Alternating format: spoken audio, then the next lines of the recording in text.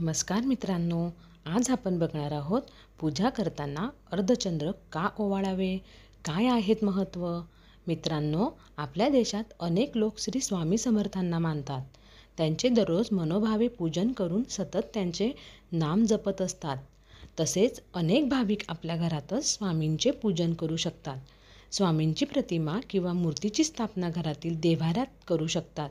स्वामींची मूर्ती असेल तर रोज मूर्तीला स्नान घालून, प्रतिमा असेल तर पाणी शिंपडून स्वच्छ वस्त्राने पुसून घेऊन अष्टगंध लावा. उपलब्ध असतील ती फुले स्वामींना अर्पण करा. स्वामी महाराजांना सर्वच फुले आवडतात.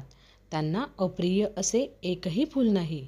तेव्हा उपलब्ध असणारे कोणतेही पुष्प किंवा तुळशी, मंजुळा, तुळशीपत्र देखील स्वामींना वहाव्यात. काही कारणाने एखाद्या दिवशी स्वामींची पूजा नाही झाली तरी हरकत नाही. त्याचे दुःख न करता त्याऐवजी स्वामींची अंतःकरणातून क्षमा मागावी व स्वामीचे सतत नामस्मरण करावे. कारण कर्मकांडाचा देखावा करण्यापेक्षा हृदयातून स्वामींचा ध्यास करणे महत्त्वाचे आहे. आणि जर तुम्ही त्या स्वामींच्या मूर्तीची आरती करत असाल तर त्यापूर्वी एक अत्यंत महत्त्वाचा नियम तुम्ही लक्षात ठेवला पाहिजे. तो नियम खाली सांगितला आहे. श्री स्वामी समर्थांची किंवा देवघरातील इतर कोणत्याही देवाची आरती करताना अर्धचंद्रच ओवाळावे असे आपल्याला अनेकदा सांगितले जाते.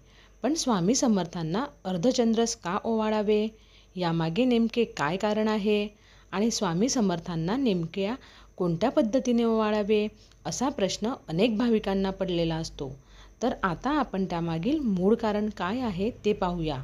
मित्रांनो, स्वामी समर्थांना नेहमी अर्धचंद्रच ओवाळावे, पूर्ण ओवाळू नये.